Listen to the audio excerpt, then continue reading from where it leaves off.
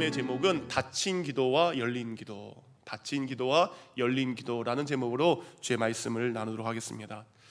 저희 교회는 이제 매일 새벽 예배가 있으니까 새벽 예배가 끝나면 제가 이제 이 앞에서 여러 성도님들을 위해서 이제 기도하게 됩니다. 그래서 그때 생각나는 성도님들을 위해서 기도해요. 그래서 오늘은 이분을 위해서 기도하고 내일은 이분을 위해서 기도하지 않고 그때 생각나는 성도님들을 위해서 기도합니다. 그런데 2주 전부터는 이 한 가정을 매일 새벽마다 하루도 안 빠지고 기도한 한 가정이 계십니다. 정말 이 가정을 생각할 때 하나님, 일단 이 가정에 대한 기도 제목은 무조건 들어주셔야 됩니다 라는 마음으로 2주 동안 새벽 예배에 매일매일 기도했던, 기도의 제목으로 하나님께 올려드렸던 한 가정이 있습니다. 어느 가정일까요? 이 가정은요, 미국에 와서 여러 명의 아이를 낳았습니다. 그러니까 여러 명의 아이를 낳으신 분이에요. 그리고 바쁘게 아이들을 키우다 보니까 정말 오랜 기간 동안 한국을 갈 수 없었던 가정입니다. 근데 드디어 이제 내 가게도 생겼고 여러 도와주시는 분들이 계셔서 이제는 온 가족이 한국을 방문하기로 계획을 했습니다.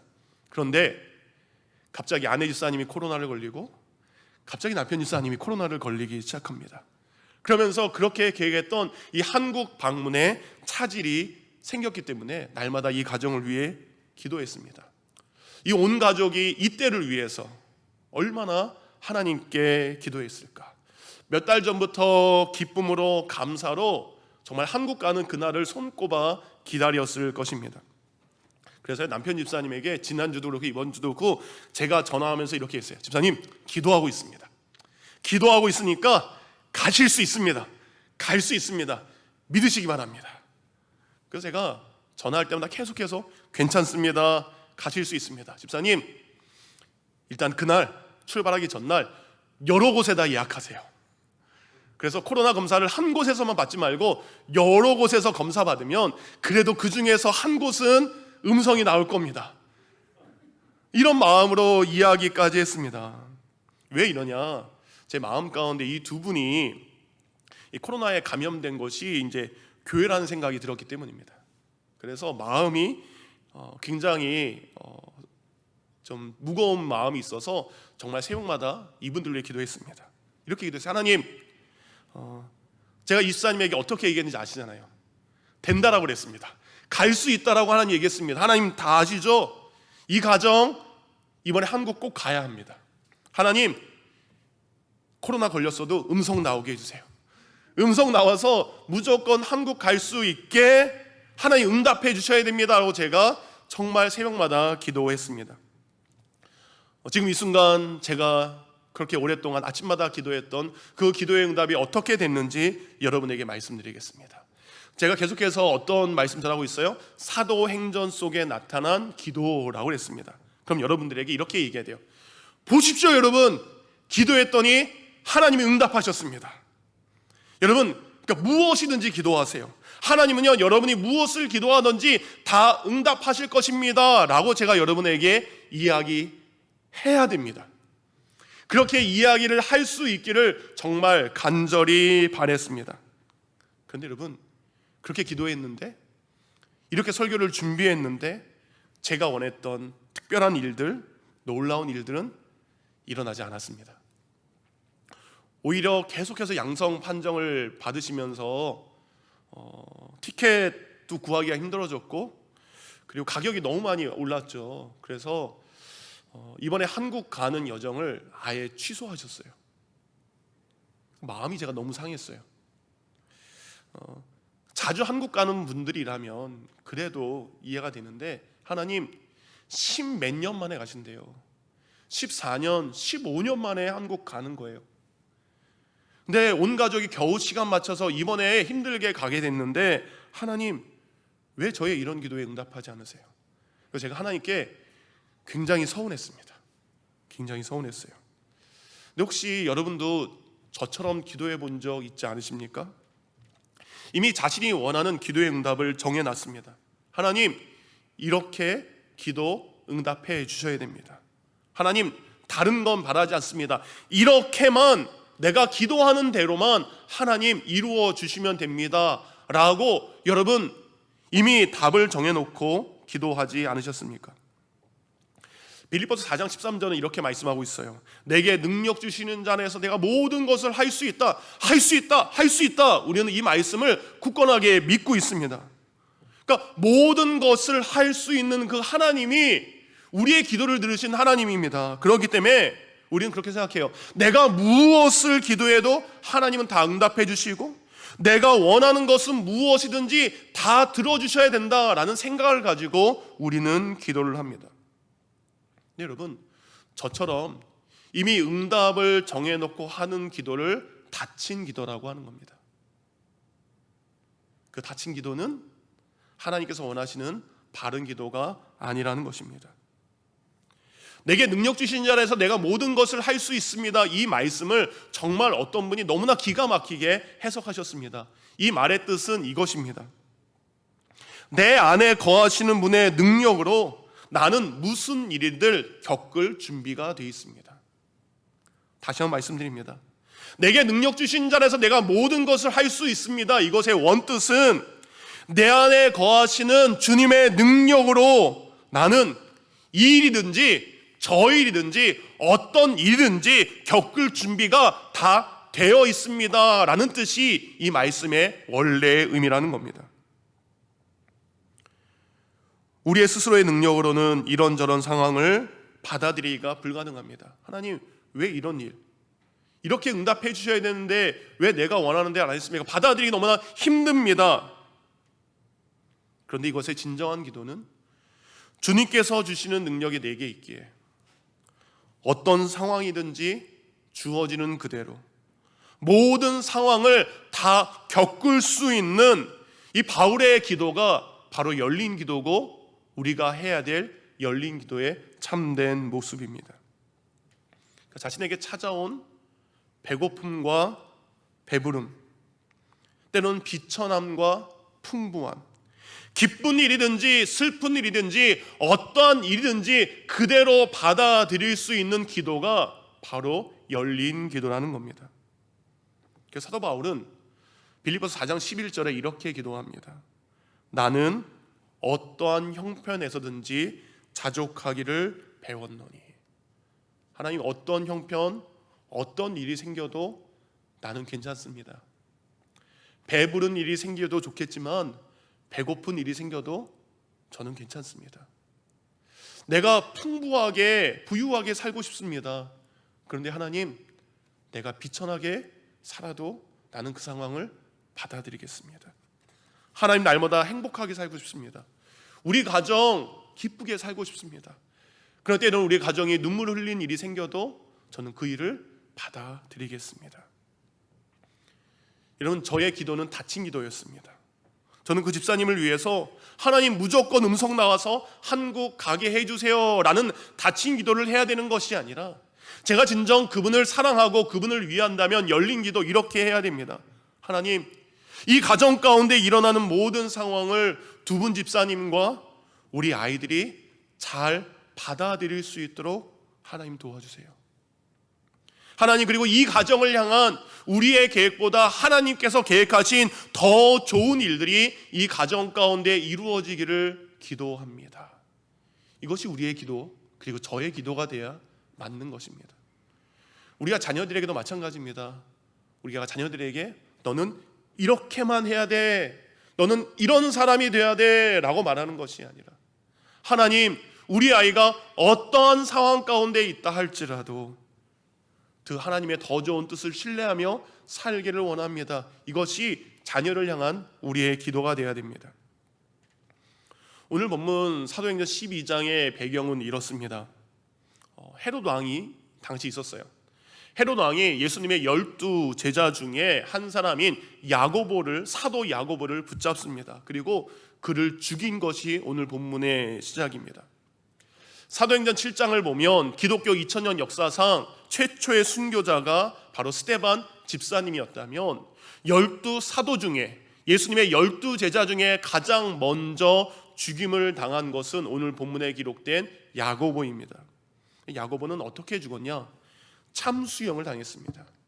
참수형이라는 것은 목이 배임을 당해 죽는다라는 것입니다. 오늘 예수님의 12제자 중에 한 사람이었던 야고보를 참수한 헤롯 왕은 예수님이 태어날 때 왕이었던 헤롯 대왕의 손자 헤롯 안티파스, 헤롯 아그리파 1세라는 사람입니다. 헤롯 아그리파 이 사람은요, 야고보의 목을 자르게 되는데, 이 야고보는 우리가 알고 있는 사도 요한복음을 기록한, 그리고 요한계시록을 기록한 요한의 형제인 것을 우리는 알 수 있습니다. 오늘 야고보가 목배임을 당한 이유는 딱 한 가지입니다. 예수님의 제자이기 때문에, 예수님을 믿는 것 때문에 그가 목배임을 당했습니다. 말세 때 이런 일들이 일어납니다. 내가 예수 믿는 것 때문에 세상이 우리를 미워합니다. 내가 예수 그리스도를 믿는 믿음 때문에 세상이 우리를 핍박하는 시대가 우리에게 온다라는 겁니다. 어쨌든 헤롯 아그리빠가 야고보를 죽였어요. 그런데 사람이 죽는 일에 유대인들이 기뻐하기 시작합니다. 저 예수 믿는 것들 죽어야 돼 라고 했던 유대인들이 기뻐하기 시작합니다. 이 헤롯, 이 가문은요, 정통 유대인 출신이 아닙니다. 정통 유대인 출신이 아닌 사람이 왕들이 됐기 때문에 유대인들에게 환심을 사야 돼요. 그래서 헤롯 대왕은 여러분이 잘 아는 것처럼 헤롯 성전을 짓게 됩니다. 헤롯 성전을 지어서 유대인의 환심을 샀던 것처럼 오늘 그의 손자 헤롯 아그리빠도 야고보의 목을 베었더니 유대인들이 너무 좋아해요. 그럼 누굴 죽일까요? 12제자 중에 가장 수제자인 베드로를 잡아서 죽이면 유대인들이 자신을 더 좋아할 것을 알게 된 것입니다. 군사를 풀어 베드로를 잡아오게 시킵니다. 그리고 야고보를 참수했던 것처럼 이제 베드로까지 참수하려고 합니다. 그런데 베드로가 잡혔던 그때가 바로 유월절 명절의 시작이에요. 그래서 유월절 명절에는 사람을 죽일 수 없습니다. 그래서 유월절이 끝날 때까지 저 깊숙한 감옥에다가 베드로를 가두게 됩니다. 베드로를 가뒀는데 여러분, 사도행전 4장과 5장을 보면 베드로가 옛날에 감옥에 갇혔는데 그가 천사의 도움으로 감옥을 탈출한 적이 있었습니다. 그러니까 똑같은 일이 두 번 일어나지 않도록 어떻게 했을까요? 가장 깊숙한 감옥에다가 베드로를 집어넣습니다. 그리고 그 감옥 베드로 왼쪽과 베드로 오른쪽에 군사를 한 명씩 놓습니다. 그리고 베드로의 발에 손에 쇠사슬을 채워서 도망가지 못하게 합니다. 그리고 그가 어디 도망가지 못하도록 지키도록 4명의 군인이 4개의 조를 이루어서 24시간 감시하게 합니다. 그러니까 베드로 한 명을 지키기 위해서 총 18명의 군인이 그를 지키고 있습니다. 이제 베드로는 다음날 해가 뜨면 야고보가 목배임을 당했던 것처럼 베드로 또한 죽을 수밖에 없는 상황에 처하게 된 것입니다. 여러분 어떻게 하시겠습니까? 12제자 중에 한 사람인, 그것도 수제자인 베드로가 죽게 되었습니다. 이제 예루살렘 교회 리더는 이제 목배임을 당할 수밖에 없는 상황에 예루살렘 교회는 어떻게 했을까요? 여러분 5절에 이렇게 되어 있습니다. 이에 베드로는 갇혀 있지만 교회는 그를 위하여 간절히 기도하기를 시작합니다. 우리가 아까 불렀던 찬양 중에 우리가 빈들을 걸을 때, 우리가 아무것도 할 수 없는 그때가 어느 때입니까? 그때가 바로 하나님이 일하시는 때입니다. 여러분, 내가 가진 힘이 있습니다. 여러분 가진 능력이 있죠. 내가 힘이 있고 능력이 있어도 그것이 아무 소용없을 때가 우리에게 찾아옵니다. 내 지식이 쓸모없고요, 내가 가진 어카운트에 있는 돈이 소용없고요, 내가 가지고 있는 건강이 내 가족에게 찾아온 그 문제와 어려움을 해결할 수 없는 일들이 우리에게 찾아올 때가 우리 인생에 너무나 많고, 그런 일을 너무나 많이 여러분 경험하지 않으셨습니까? 교회 공동체도 마찬가지입니다. 교회 공동체 성도들이 감당할 수 없는 수많은 문제와 갈등이 교회 안에 생길 수 있습니다. 여러분 그때 어떻게 해야 됩니까? 그래서 성경은 이야기합니다. 이에 곧 우리의 힘으로는 아무것도 할 수 없는 그때에 우리가 할 수 있는 것은 무엇입니까? 기도라는 거죠. 정말 내가 아무것도 할 수 없는 그때가 하나님이 일하시는 때이기에 우리는 그때 바로 하나님께 기도해야 됩니다. 그래서 이에 온 성도들이 베드로를 위해 간절히 기도하기 시작합니다. 지금 베드로를 가둔 헤롯 아그리파 1세는 어떤 사람입니까? 막강한 군대를 가지고 있고요, 권력을 가지고 있고요, 지금 야고보를 죽인 것 때문에 수많은 유대인의 지지까지 받고 있는 사람입니다. 그 헤롯이 가둔 저 지하 감옥에서 베드로를 꺼내올 수 있도록, 베드로를 위해서 성도들이 할 수 있는 것은 기도밖에 없기에 그들이 얼마나 간절하게 기도했겠습니까? 그렇다면 여러분, 과연 성도들이 모여서 베드로를 위해서 기도할 때에 어떤 기도를 드렸을까요? 아까 저처럼 하나님, 베드로가 죽게 되었으니까 베드로 살려주세요 라는 기도를 당연히 할 수밖에 없을 것입니다. 우리 생각에 베드로를 살려달라는 그 기도를 정해놓고 그 일이 이루어지기를 기도했을 것이다 라는 생각을 우리는 할 것입니다. 그런데 여러분, 저와 여러분이 가지고 있는 이 생각, 그것이 잘못된 생각이었다는 것을 저는 이재철 목사님이 쓰신 이 사도행전 속으로 라는 책을 통해서 이것은 전혀 그들이 다른 것을 위해 기도했음을 깨닫게 되었습니다. 베드로가 누워 자고 있을 때 갑자기 주의 사자가 찾아오게 됩니다. 그리고 사도행전 5장에서 베드로를 구출했던 것처럼 그를 지키고 있는 모든 사람들의 눈을 가리게 되고요, 그를 나가지 못하도록 막았던 모든 문을 통과해서 밖으로 베드로가 나오게 됩니다. 그리고 감옥에서 기적적으로 구출된 베드로는 성도들이 자신들을 위해서 기도하는 그 기도의 처소를 찾아가게 됩니다. 그리고 그곳에 문을 두드립니다. 어른들이 다 기도하고 있으니까 밖에서 노크 소리를 아무도 못 들었던 것 같아요. 그때 로데라는 한 여자아이가 밖에서 나는 노크 소리, 문소리를 듣게 됩니다. 그리고 여자아이 로데가 가서 그 문 밖을 보게 돼요. 창문을 열어서 빼꼼히 보게 되니까 누가 있습니까? 베드로가 있습니다. 어른들한테 갑니다. 너무나 놀라서 베드로의 문을 열어줄 생각도 못하고 어른들에게 뛰어가서 이야기합니다. 베드로가 문 밖에 있습니다. 베드로 사도님이 문 밖에 있습니다 라고 외칩니다.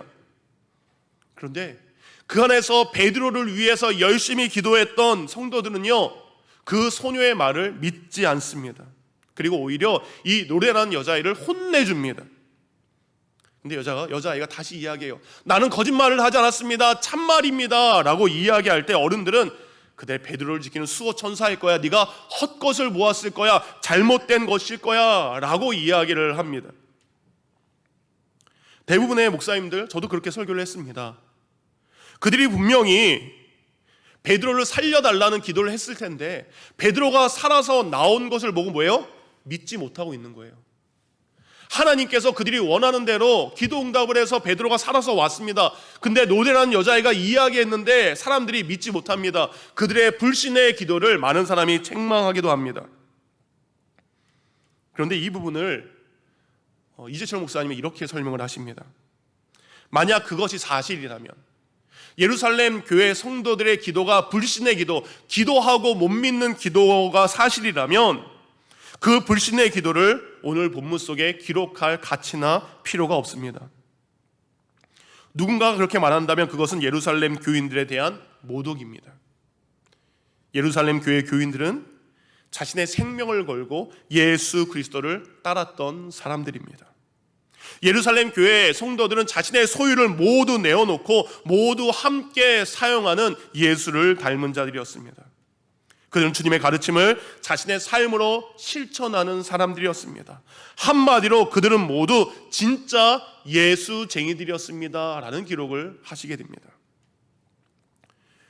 사도행전 4장에 보면 베드로와 요한이 감옥에서 투옥해서 나온 후에 얼마 지나지 않았을 때 성도들이 한마음 한뜻으로 베드로와 요한을 위해서 기도했던 그 기도의 내용을 적어 놓았습니다. 사도행전 4장 27절입니다. 그들이 듣고 한마음으로 하나님께 소리 높여 이르되, 곧 예루살렘 교회 성도들이 감옥에 있는 이들을 위해서 기도했던 내용이 나옵니다. 그들이 어떻게 기도했는지 기도의 제목이 이렇게 나와 있습니다. 사도행전 4장 29절부터 30절 읽어드립니다. 주여, 이제도 그들의 위협함을 굽어 보시옵고 또 종들로 하여금 담대히 하나님의 말씀을 전하게 하여 주시오며 손을 내밀어 병을 낫게 하시옵고 표적과 기사가 거룩한 종 예수의 이름으로 이루어지게 하옵소서. 그들의 기도 제목은 세 가지였습니다, 여러분. 첫 번째, 하나님 우리들이 겪고 있는 이 위험한 상황을 굽어 살펴보시옵소서. 그들은 하나님의 긍휼을 구합니다. 두 번째, 그들은 이야기합니다. 이러한 상황에서 벗어나게 해주세요라고 기도하지 않습니다. 이러한 위험한 상황이 있다 할지라도 하나님의 말씀을 담대하게 전하게 해주소서라고 기도해요. 여전히 그들은 이 위험한 상황 가운데 복음 전파를 위해 기도하고 있고요. 세 번째, 그들은 기도합니다. 병든 자에게 손을 내밀어 예수의 이름으로 그들을 치유하게 하옵소서. 이때 배경이 뭐냐면 베드로가 안질뱅이를 일으켰어요. 그것 때문에 감옥에 갇힌 사건 후에 일어난 일입니다. 내가 예수의 이름 때문에 병 고치고 그리고 그것으로 말미암아 감옥에 간다 할지라도 주님, 오늘 병들어 아파하는 자들에게 베드로가 손을 내밀었던 것처럼 저도 여전히 그들에게 손을 내밀어 예수의 이름을 치유의 이름으로 그들에게 내밀게 하소서. 감옥에 갇혀있는 성도들을 위한 그들의 기도, 예루살렘 성도의 기도는 이겁니다. 하나님, 위험한 가운데 우리를 지켜주소서. 그렇죠, 주님, 이 위험한 상황을 빨리 벗어나게 해주시는 것이 아니라 위험하더라도 말씀을 전하는 자의 삶을 살게 하옵소서. 내가 예수 이름 때문에 감옥에 간다 할지라도 병든 자들에게 예수의 이름으로 손을 내밀게 하소서. 그렇게 4장에서 기도했던 예루살렘 성도의 기도는 12장에서도 동일한 기도로 이어지고 있습니다. 그들은 기도합니다. 하나님, 이런 위협 속에서 이제 제발 나로 하여금 편안하게 살게 좀 해주세요. 내가 예수 믿으면서 너무 많은 고생했고요, 예수 믿으면서 너무나 많은 실패를 경험했습니다. 이제 실패가 지긋지긋합니다. 이제는 가난이 정말 싫습니다. 이제는 좀 벗어나게 해주세요 라고 기도하지 않습니다. 계속되는 위협과 고난이 있을지라도 주님, 이 믿음 지키게 해주세요. 어떠한 상황 속에서도 예수 이름 전파하게 해주세요. 그 기도가 바로 그들이 드린 열린 기도였다라는 겁니다. 하나님, 이 위험한 상황을 피하게 해주세요라는 닫힌 기도가 아니라 주님의 뜻을 온전히 받아들일 수 있는 열린 기도가 예루살렘 성도들의 기도였습니다. 예루살렘 교회 성도들은 야고보, 그가 목배임을 당해서 죽었지만 우리 베드로는 그런 일이 생기지 않도록 기도했던, 하나님 정말 그가 죽으면 안 됩니다라는 닫힌 기도가 아니라 우리 사도 베드로가 야고보와 같은 상황이 된다 할지라도 그가 믿는 자답게, 우리들의 제자답게, 우리들의 스승답게, 우리들의 목회자답게 그 상황을 믿음으로 받아들일 수 있도록 하나님 베드로에게 힘을 주세요. 이것이 바로 예루살렘 교회가 드린 열린 기도였습니다. 베드로도 마찬가지입니다. 내일이면 6월절 명절이 끝난다는 걸 압니다. 내일이면 자신은 끌려갈 것이고 목배임, 참수형을 당할 것입니다. 그가 그곳에서 간절히 기도했어야 돼요. 하나님, 정말 저 좀 살려주세요. 제가 해야 될 일이 많습니다. 제가 이곳을 빠져나가야 됩니다. 제가 얼마 전에도 사도행전 5장에서 저 빠져나갔으니까 이번에도 저 빠져나가게 해주세요. 그가 그렇게 기도했어야 됩니다. 근데 오늘 성경은 그가 누워 잤다라고 기록하고 있어요. 여러분, 베드로가 그 잠 가운데 잘 수 있었던 것은 6절 읽어드립니다. 헤롯이 잡아내려고 하는 그 전날 밤에 베드로가 두 군인 틈에서 두 쇠사슬에 매여 누워 자는데, 그가 잘 수 있었던 것은 무엇입니까? 평안했기 때문입니다. 내일 어떠한 상황이 이루어질지 모르지만 그 일 그대로 받아들이기에 그는 그 밤에 잠 못 이루는 것이 아니라 그 밤에도 내가 내일 죽더라도 하나님이 계신, 우리 주 예수 그리스도가 계신 그 나라에 갈 수 있기 때문에 그는 그 밤에 평안하게 잠을 청할 수 있었던 것입니다. 말씀을 마칩니다. 제가 처음에 말씀드렸던 이제 코로나에 걸려서 한국에 갈 수 없었던 집사님과 어제 통화하게 됐어요. 어떤 말씀을 어떻게 위로해야 될지 모르는데 그 집사님이 저한테 이런 이야기 하셨습니다. 하나님의 또 다른 계획이 있으시겠죠. 하나님의 또 다른 뜻이 있을 줄 믿습니다.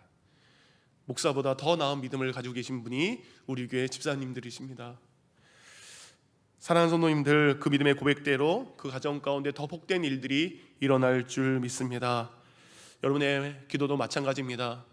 자신의 기도 응답을 정하고 이렇게만 응답해 주세요라고 하는 닫힌 기도가 아니라 주기도문처럼 하늘에서 주님의 뜻이 이루어졌던 것처럼 내 삶에도 내 뜻이 아니라 하나님의 뜻이 이루어지는 열린 기도를 드리는 귀한 성도가 되기를 원합니다. 인생에서 만나는 수많은 상황, 자신이 원하는 대로 바꿔달라는 기도보다 어떤 상황이 찾아와도 믿음으로 살아갈 수 있기를 구하는 열린 기도가 여러분의 기도가 되기를 원합니다. 우리의 삶을 주관하시는 분이 바로 하나님이신 줄 믿는다면 하나님 이 일도 피하게 해주세요. 이 일대로 되지 않게 해주세요. 무조건 피하는 닫힌 기도가 아니라 모든 상황에서 그리스도인답게 하나님의 뜻을 받아들이며 순종하는 열린 기도가 저와 여러분 가운데 이루어지기를 주님의 이름으로 축원드립니다. 그래서 여러분 기도할 때마다 내가 하는 기도, 응답을 정해놓고 하는 열린 기도, 닫힌 기도인가? 아니면 하나님의 어떤 뜻이든지 받아들일 수 있는 열린 기도인가? 여러분의 기도를 여러분이 들으시고 이제 닫힌 기도에서 열린 기도로 바꾸는 귀한 성도가 되기를 주님의 이름으로 축원드립니다.